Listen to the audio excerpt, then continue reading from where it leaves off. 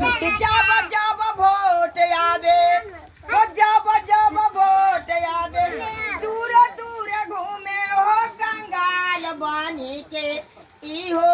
नेता दलाल हो कंगाल बनी के इहो नेता दलाल हो कंगाल बनी के कालवा जोड़ी के नेता कालवा जोड़ी के नेता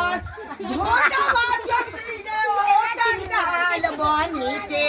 ओहो नेता दलाल हो कंगाल बनी के इहो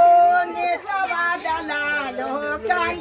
जीती के त जाए नेता अपना जे घरवा हो जीती के त